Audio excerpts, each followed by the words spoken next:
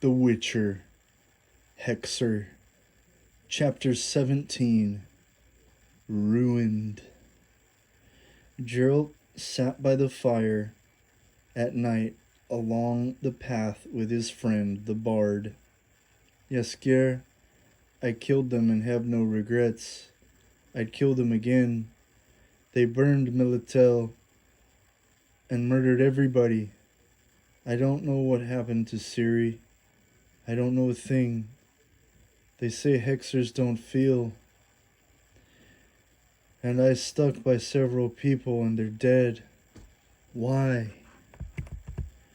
The bard played his strings and sang in the night next to the crackling fire as the frozen breeze blew through the embers.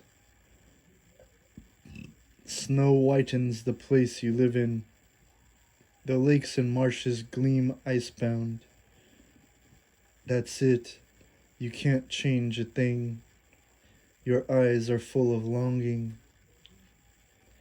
In the morning they would ride, and the song went on. Spring will be back with rains. The sun, weary hearts will warm. They're doing a slow burn, burning with the fire of hope. Geralt, I'm half dead, I give up.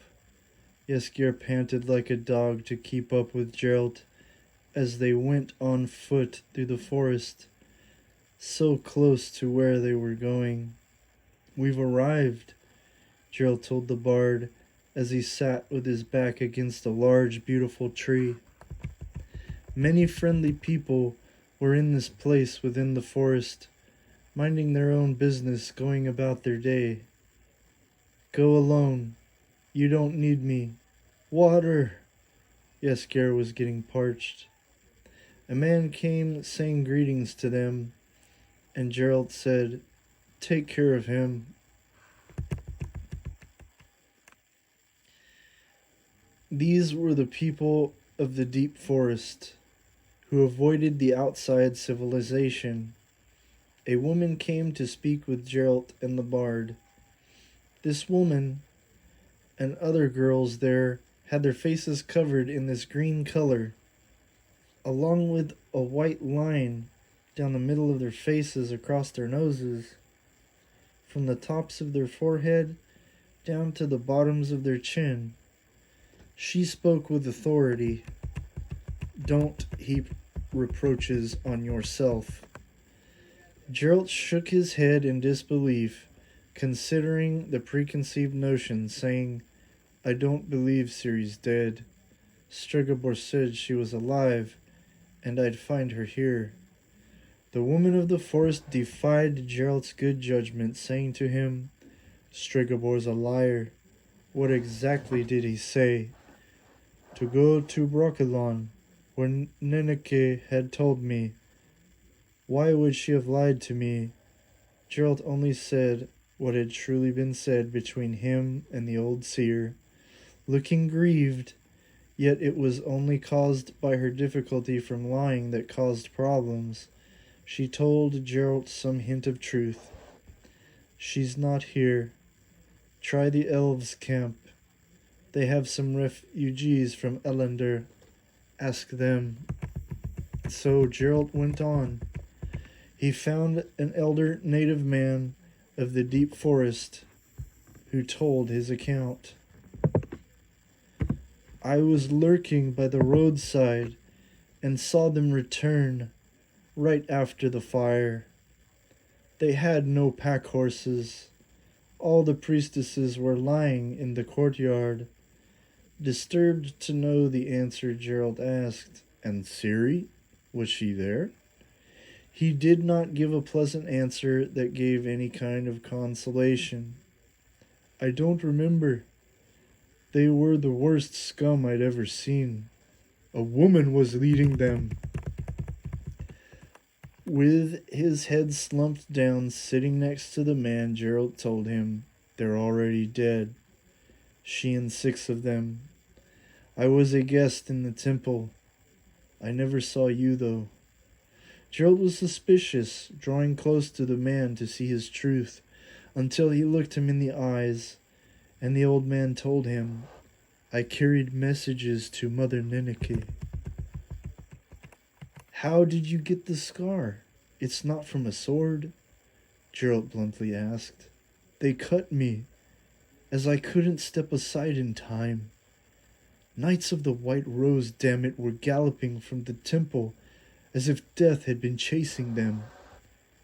"When was that?" Geralt promptly asked. "Then." The man gave a simple, honest answer, then went on to describe what he saw during the raid once he lifted his bloodied face from the ground, as he was left for dead. "I was approaching the temple when I came to. I saw smoke."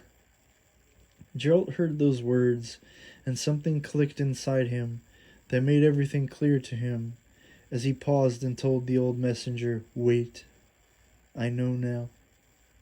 First, the Knights of the Order came.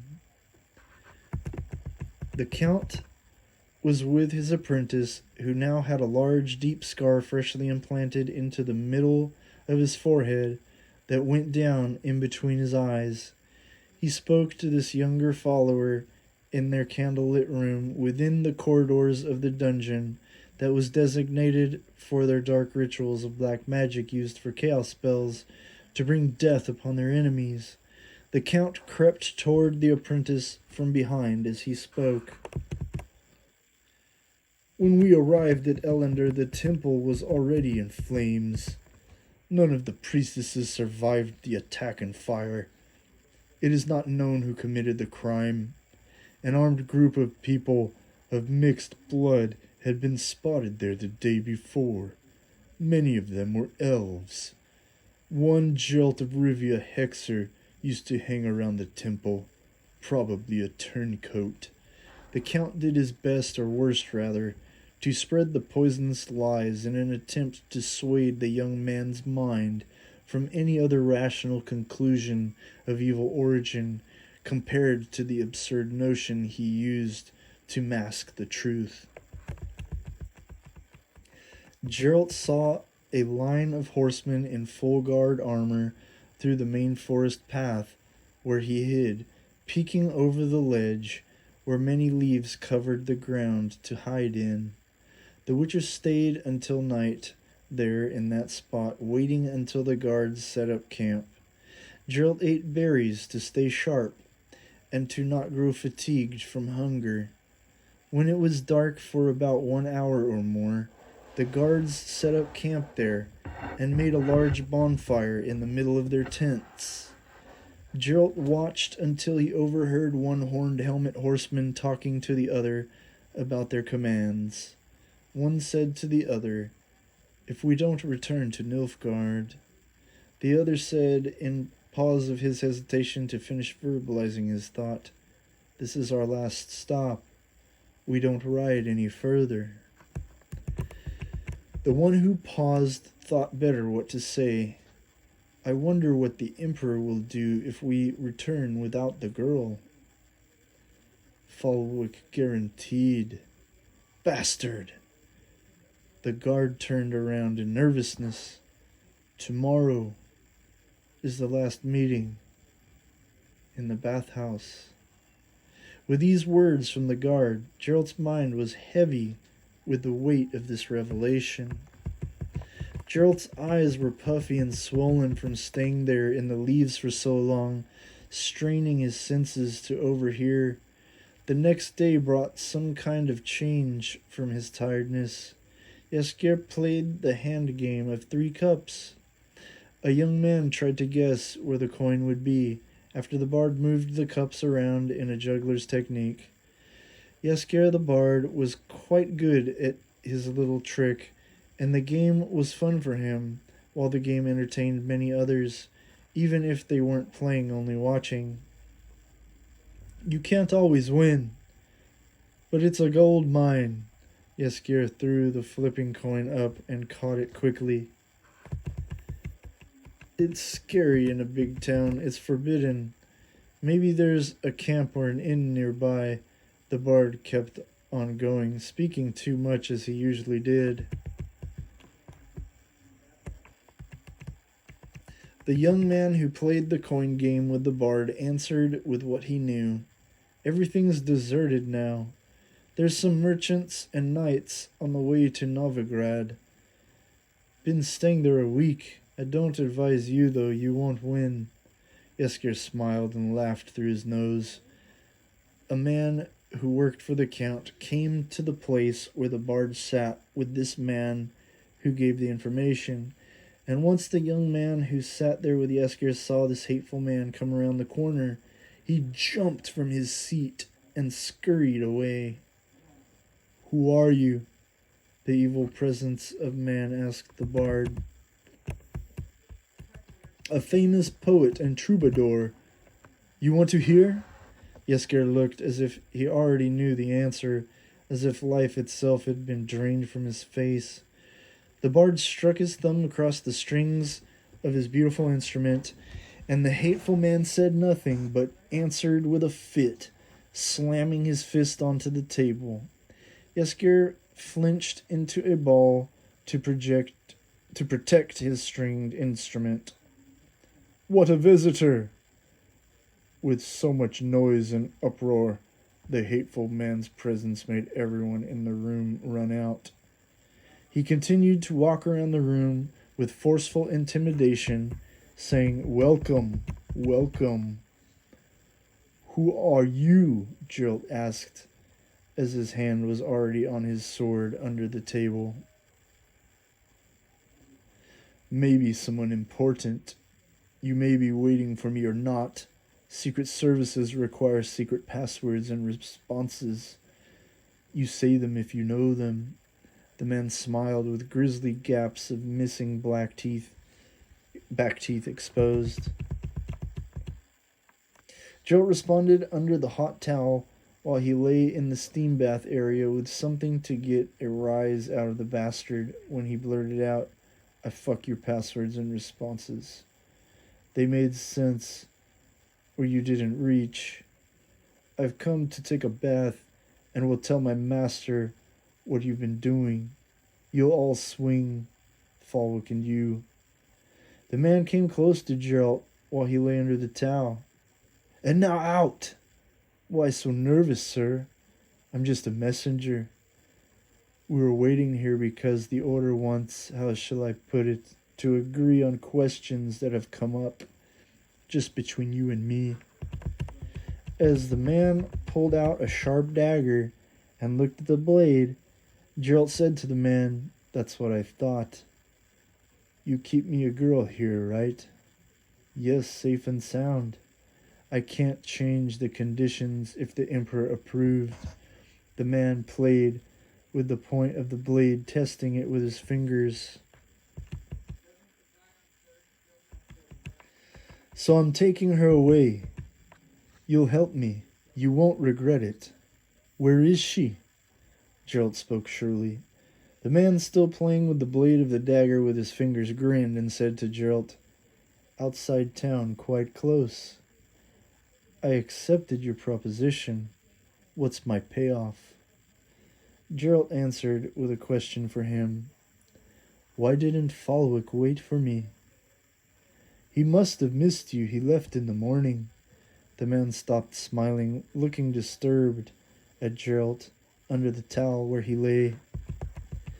He pulled down the hot, damp towel to reveal Geralt's face and said in a hissing voice, "Hexer! That's your payoff." Geralt threw the towel over the man and swung his sword, cutting his head off cleanly.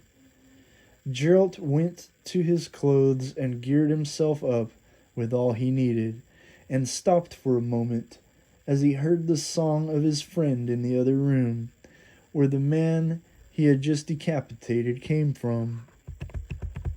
"On the road to Novigrad, they may tell something ere they go into the night."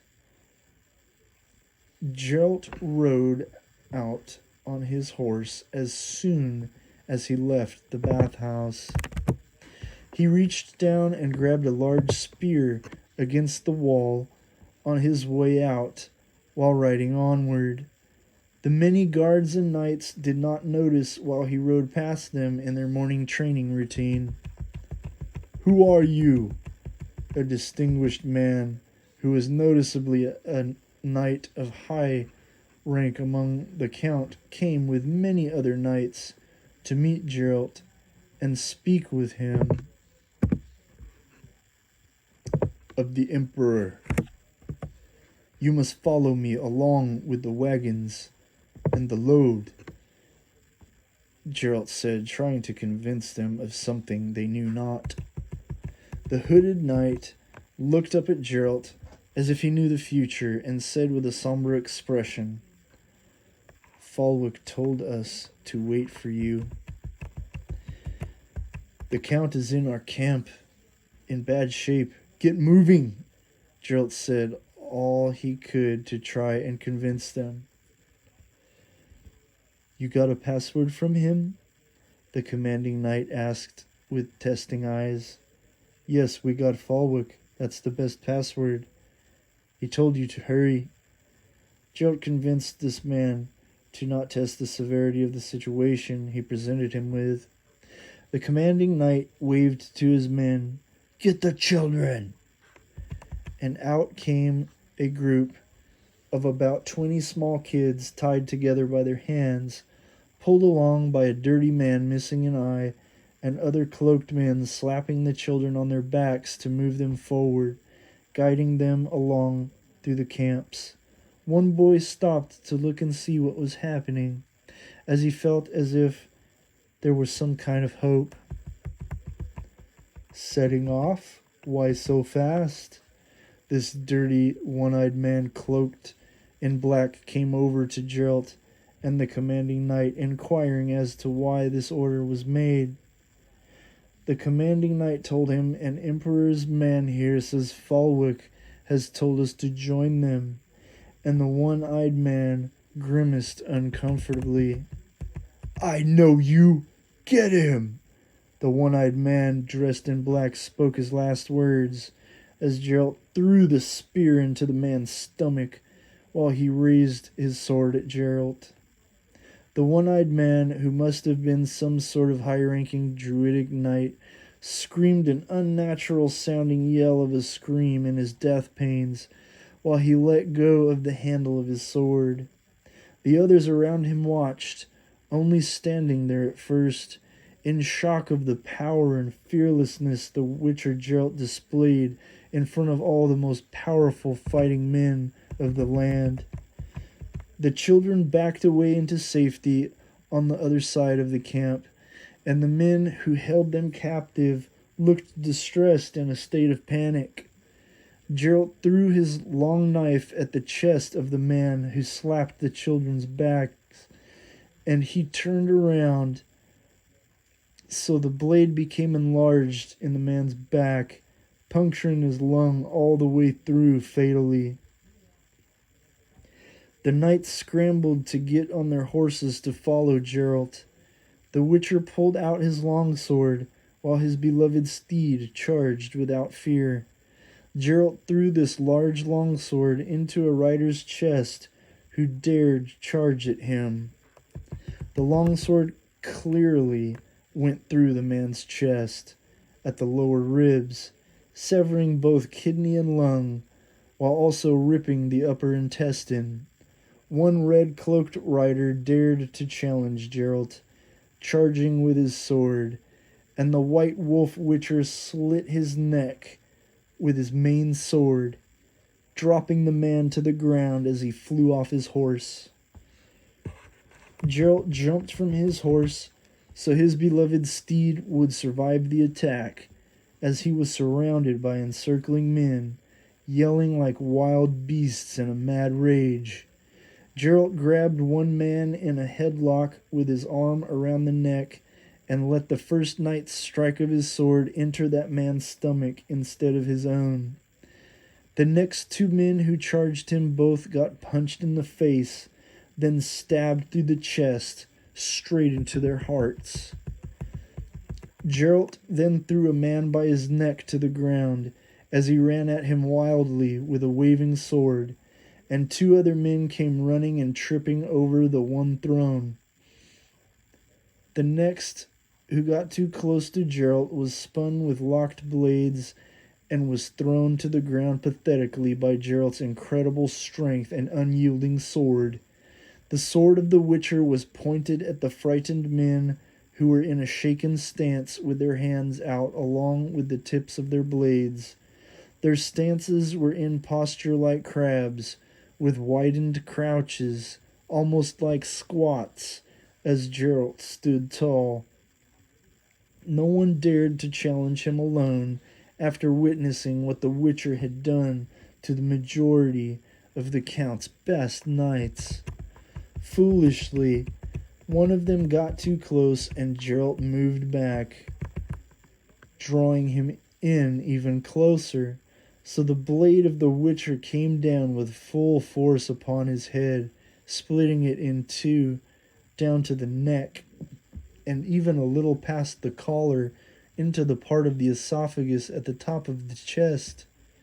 None of these knights had ever seen such a display of brute animalistic strength from a man, or even heard of such a thing in battle or war.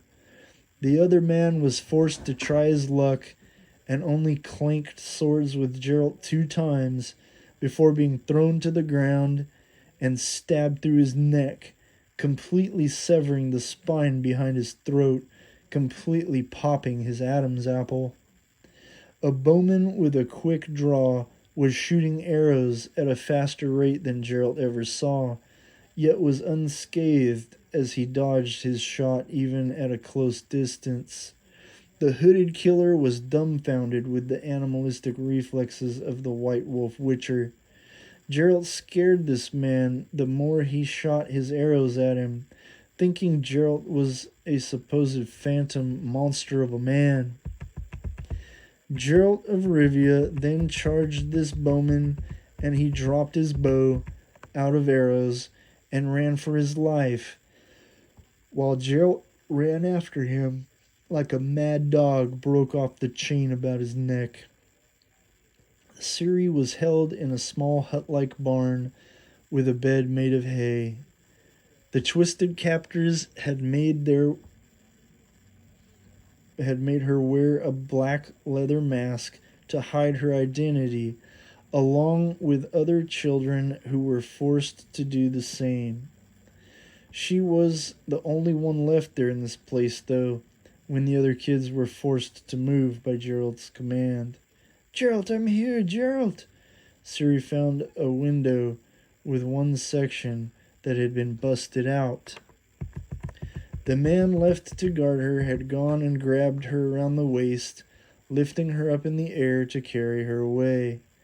A woman went with them with a torch in the deeper chambers of the worst part of the castle's dungeon. Somehow, Ciri was able to run away in the very second the man let her down to step foot into the lower quarters under the castle. Ciri ran for her life and did not fail to get ahead of those who went after her. Before she knew it, Ciri was far ahead of the wicked ones who kept her. She ran and shut a door to keep away from those evil people who chased her. The one holding the torch got to the door behind the man who carried Ciri away and panicked in fear of what they both knew was coming for them. "Let's run!" and did so as soon as the words were uttered, in fear of the death that was coming for them by the way of the Witcher's unfailing sword. Little Ciri found herself in this closed-off dungeon room and took off the black leather mask that was tightly put on her head, wrapped without care for her health. She felt relief for that moment, then looked up at the room where she found herself trapped. She could hear the people running above and knew that ruin had come to the place, yet had hope for those children who were taken along with her, because she knew that Geralt was there to rescue them all. Ciri knew that Geralt would not stop until all the children were safe along with her, and so she looked around the room. Geralt found the kids sitting together in the stockpile of hay in the large barn next to the smaller one where Siri had been kept, where she had just been taken from. At first the children cowered down, cringing, as if they were bracing themselves for a beating. Gerald had his knife in his hand, and it frightened them until he got down on one knee, then began cutting them loose from the ropes that had been tied around their hands and connected them to be pulled around like a herd. These poor children were the orphans who were taken from the priestesses that were slaughtered. Gerald saved them all, and none of them would grow to forget, so they could tell the story to their children of Gerald of Rivia.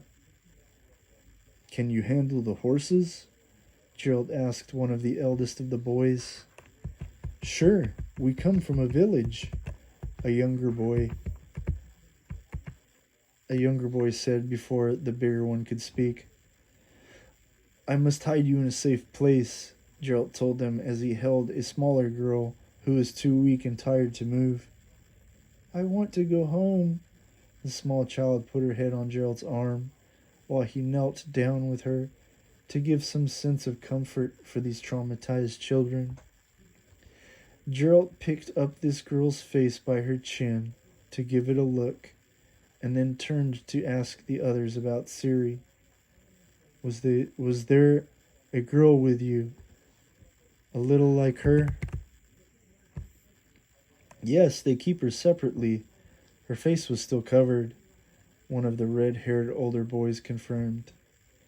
Gerald gently laid the girl down in the hay and left the children there to go into the dungeon, grabbing a torch from the wall to light his way through the darkness of the depths. He had to climb down a steep ladder with one hand, because this was not the normal entrance that was usually taken to reach the dungeon. He knew this would be his best chance. Gerald found the large door and first knocked with no answer, then tapped with the end of the torch, but still no answer. So he knew he had to try saying something else in case Siri would recognize his voice. "Anybody there, Siri?" Gerald said with no answer. So he used a blast of energy to blow the door down as he ran inside immediately after. Gerald looked around the room with the torch and saw iron harnesses suspended by chains from the ceiling that looked like seats for torture. They were all empty. He saw empty human cages as he continued to pass the torch through the room. There was a rack folded up in the corner next to the burning stone table. There were also 2 human ovens he passed by that were used for cremation of the tortured dead. No one was there. In another room, there were knights wearing horned helmets. The commanding knight in this place said with conviction, "Bring the bard," and Jaskier was thrown to the feet of this cruel knight. "I've been beaten by ladies, but never by horned knights. This must be an accident." Jaskier smiled as he sat himself up by pulling and sliding his back up against a wine barrel in the room. One of the knights slapped him back to the ground and said, "Waste of time, Baron." The Baron answered, "Someone's crossed our plans. Let's go." As the sun came down, Gerald sat at the well in the court in the middle of the men he had slain. He was discouraged with himself, since he did not find Siri in the dungeon, and put his head down low as he sat to think. Soon after, the horned knights came to him on their horses. One of them circled Gerald, then hit him on the back of his neck, bringing him to his knees to be captured. The horned knights bound him and brought him to their dungeon room, where they dumped water over his head repeatedly to weaken him. They then brought the Witcher out at night to whip him and interrogate. Where did they go? The whipman asked Geralt of the children he had saved from the captors he killed. Why did you kill Renfrey and Chickadee? The man kept on whipping Geralt's back with no answer or much of a movement from him. Geralt didn't make a sound while the whipping continued, then broke his silence with a soft voice as he held his head high, standing tall. I promised to kill you if you harm Melitele priestesses. All of them died. So will you tonight. Geralt did not see who it was who was whipping him, and he came close behind Geralt, next to his ear, and said, I'll die. It was the Count. He took a long breath and sighed with a smug smile. You fool! The Count let himself be known to the Witcher. The Count then proceeded to whip Geralt's back without much of a movement from him with each exhausted lash he gave. You're a fool, Falwick. You've betrayed everybody, even your own men. You didn't surprise me. I was waiting for you. The Count was about to strike Geralt's face with the whip when an old voice rang out in the night. Wait! The Count turned around to see who was commanding him to stop, and saw the old familiar face with hand raised. He stepped forward with a horned helmet and asked an important question for Geralt to answer.